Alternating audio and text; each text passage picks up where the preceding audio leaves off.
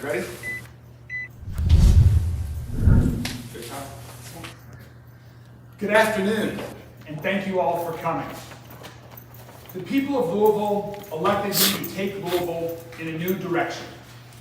And that's what I'm here to start doing today. One of the most important ways we take our city in a new direction is by choosing new leadership for LMPD. That's why I'm thrilled to announce that starting on January 2nd, the interim chief of police of the Louisville Metropolitan Police Department will be Jackie Gwynn Villaroel. I chose Chief Gwynn Villaroel after a thorough vetting process and interviewing several candidates. I asked for input from my public safety transition team and other members of the Louisville community.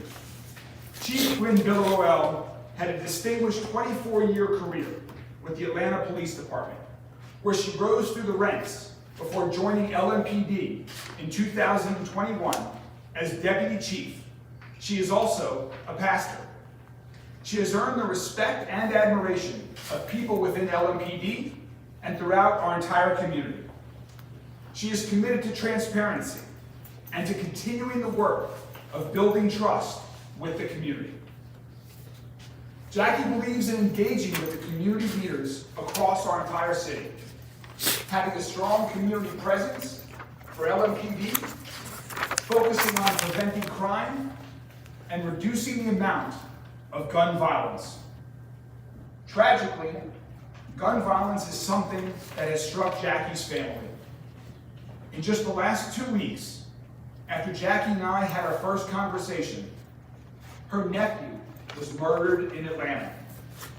He was a victim of gun violence. This is heartbreaking and infuriating. Our hearts go out to Jackie and her family, and this is one more reason that our community and every community has to come together to stop these tragedies from continuing to happen. Jackie's experience, resolve, and deep faith will continue to guide her as she leads LMPD and works with people and organizations throughout Louisville to help reduce gun violence.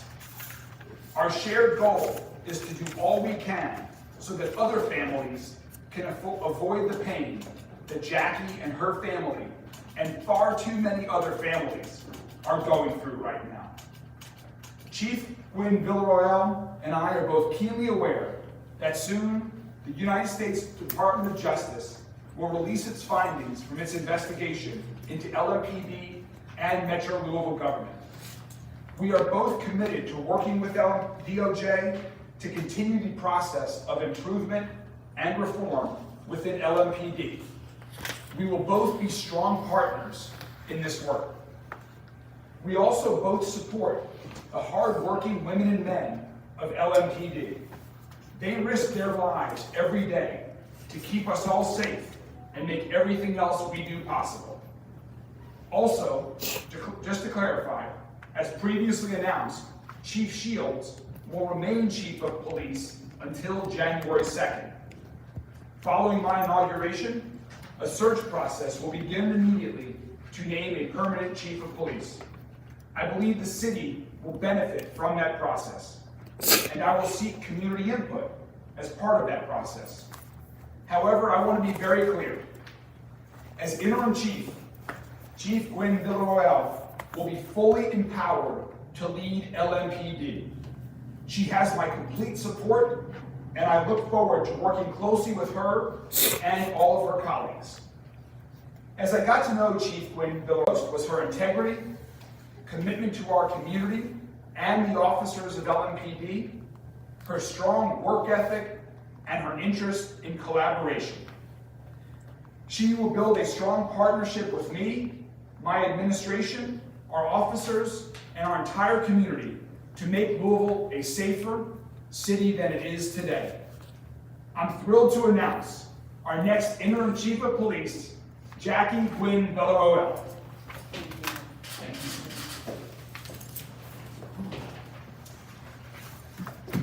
Good afternoon to Mayor-elect Greenberg, to his transition team, to the community members, members of the media, and the men and women of LMPD. I'm honored for the opportunity to serve as interim chief for this department. My goal is to keep the department focused and to serve the city of Louisville with the highest standards. My top priorities is to remain focused on driving down this violent crime, in which has touched my family. My other priority is to make sure that we rebuild relationships here in the city of Louisville. And then the next priority is to make sure the reforms that we've already implemented, that we keep focused and we continue to put those in place. I'm here to serve. I'm here to make sure the department moves forward. And my goal is to dismantle the walls of distrust that has taken over this city. We will do this. We can do this. And the time is for us to do this now. So I thank you for the opportunity to serve this city in this new capacity on January 2nd. Thank you. Thank you very much, Chief Quinn-Royal, and we're happy to take a few questions from you all here today if you have any. Chief, when you say you want to dismantle the walls of distrust in the city, what do you mean by that? Well, we know that certain members of the community feel that there is distrust within LMPD for us and with them and not having that strong relationship. There has been some trauma, as we all know, that has taken place within the city. And we want to rebuild those relationships. We need to rebuild those relationships. And guess what? We have to rebuild those relationships. So making sure that we are collaborating with the community, making sure that we're hearing them and that they're hearing us, and actually build this solid relationship that is needed within our city. Will you be a candidate for the permanent position? If this is the right fit for the administration, for LMPD, and for the community, then we would explore that option. But right now, my position right now is to serve in the capacity of the interim chief and to continue to move the department forward. Craig, will you consider her for the permanent position? Yes, I will, as we've spoken about, as she mentioned, if she thinks it's a good fit, if I think it's a good fit at the city, she will then be considered during the search process. However, I think it's important, we've had this discussion, that the community is expecting a search process, and so that will happen. Can you tell us about that search process with the community? How will you be seeking the community's input on a permanent chief? Yeah, we'll have more details about that. That won't start until after I take office on January 2nd, which will be Chief Quinn-Royal's first day as well. But we will have a process. We'll engage a search firm to lead us through that process, and we will have community listening sessions as part of that as well. Yeah, you're about a month out from the inauguration. What movement has there been on that? On which front? Inauguration. Oh, on the inauguration. We hope to have some fun announcements next week about what the inauguration plans will be. The inauguration is on January 2nd, so stay tuned. We'll be back in touch next week with those details. What are your hopes, Craig, for how long it's going to take to get a permanent person into the LMPD chief role once you take office? Well, we'll know more about that once we engage a search firm and have those discussions and lay out the schedule for what the entire search process looks like. But I want to be very clear that how short or long that takes, Interim Chief Quinn-Royal is fully empowered to lead LMPD. She has my 100% complete support. I'm excited for her to continue working with people across this entire community, with our new administration, and with the officers throughout LMPD. So we will be well served during the search process, and we will continue to make progress on the goals that we share of reducing violent crime in Louisville. Chief, in what ways will you ensure transparency with the department? We're doing that now, and we're open and we're being transparent, but in anything that we do, we have to do better. And so with the DOJ coming and other things that we're implementing as far as reform, you will see that transparency. But one of the transparency goals is to make sure that we're actually meeting with the community more and actually having that engagement that is needed to have those conversations. Guess what? The tough conversations. In order for us to, for the community to feel that they have a space within our environment. And so that's what we're creating right now. And we have been creating right now. And also to let me say this, I give respect to Chief Erica Shields. I am here today because she tapped me on the shoulders to come and work for her. I respect her. I respect her as a leader. I respect her tenure in this law enforcement profession. and I respect what she has done for this department along the way. So I do want to give honor to her as the leader that she has been for me throughout my career and the leader that she has served here in this city. Chief, my condolences on your nephew. Has that involved you in any way in your job? Well, I've always had the passion and the drive to make sure that I took care of families by doing my job and to empower others to make sure that we give them closure and to make sure that they never get into this space in which I'm in today. But now even more so, it has touched me personally, where now I'm truly, truly committed in making sure that the pain that I have experienced, that no other family has to go down this road. And so the things that I've already implemented, the drive and the push for investigators to do what they need to do and to do it well and to serve the communities here in Atlanta and here, that is going to continue to be my focus more than ever, because again, any life loss is too many. And so we can stop it. We should have the tools to do it. And so again, I am truly, if you would want to use that word in bold, yes I am, because now no one should be able to feel this pain that I feel. Chief, mentioning the homicide clearance rates from last year, you were saying you want investigators to be emboldened. Yes. Last year it was much lower than the national average. I think it's improving slightly this year. How big of a focus is that for you, getting families and victims of gun violence in closure? Yes, it's very important, because at the end of the day, the families want to have justice. And understand this, the investigators are speaking for the ones that can't speak anymore.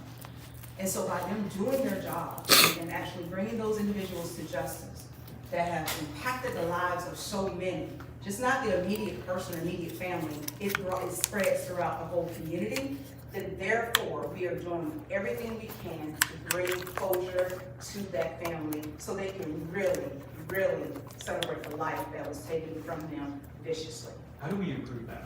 What are some of your plans? The plans are to make sure that our investigators have every conceivable tools. There's something else out there we need to get, and we need to have it funded.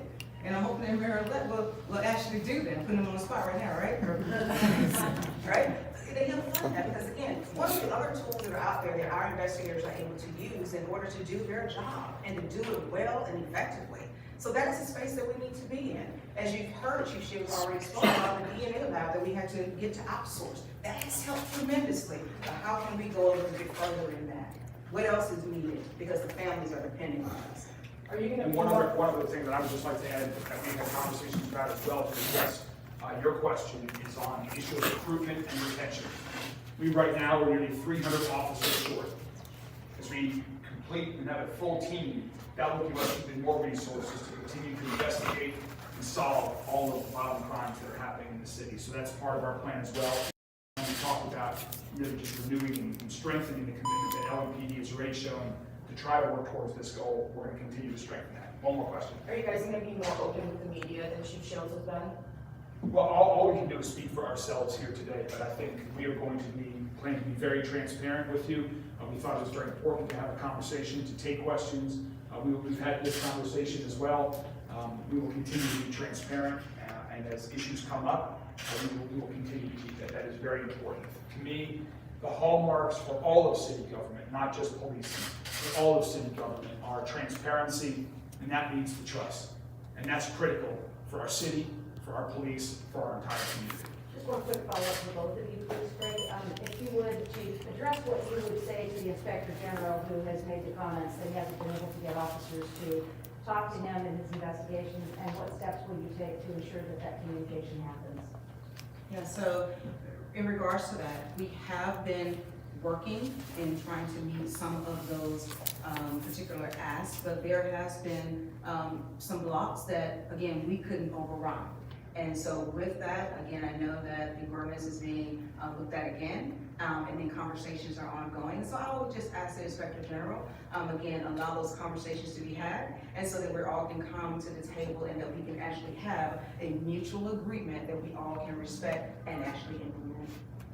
You know, we, as part of the transition process, we've spoken with LMPD, we've spoken with the administration, we've spoken with the Inspector General, and we've also spoken with Metro Council. And so we are actively working to address this so that there's clarity in the ordinances, and that there's clarity within the organization so that there can be better flow of information than there currently is, and that's something we're going to address. Thank you all very much. We look forward to speaking again soon.